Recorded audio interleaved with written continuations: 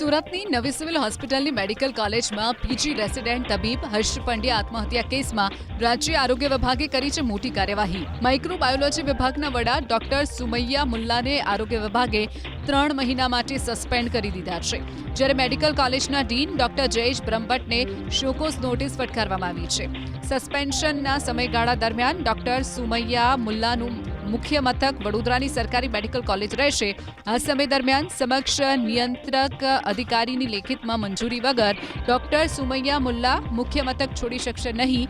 એટલું જ નહીં, સસ્પેન્શનના 3 મહિનામાં ડોક્ટર સુમૈયા મુલ્લા કોઈપણ પ્રકારની ખાનગી નોકરી કે વેપાર ધંધો કરી શકશે નહીં।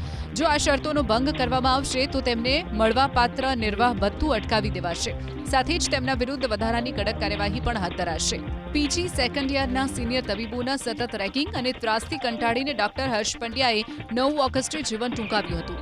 આત્મહત્યાના 2 દિવસ અગાઉ મૃતક હર્ષ સહિતના રેસિડેન્ટ તબીબોએ એચઓડી ડોક્ટર સુમૈયા મુલ્લાને રજૂઆત કરવા ગયા હતા, પરંતુ સુમૈયા મુલ્લા ન મળતા તેમણે resident faculty doctor Sangita Rajdev સમક્ષ રજૂઆત કરી હતી।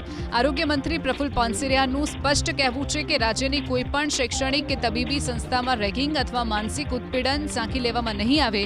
વિદ્યાર્થીઓની સુરક્ષા સાથે રમત કરનાર કે પોતાની ફરજમાં ગંભીર નિષ્કાળજી દાખવનાર વ્યક્તિ ગમે તેટલા ઉચ્ચ હોદ્દા પર હશે, તેમની સામે કડકમાં કડક કાયદાકીય અને શિક્ષાત્મક કાર્યવાહી કરવા સરકાર બાંધછોડ કરશે નહીં।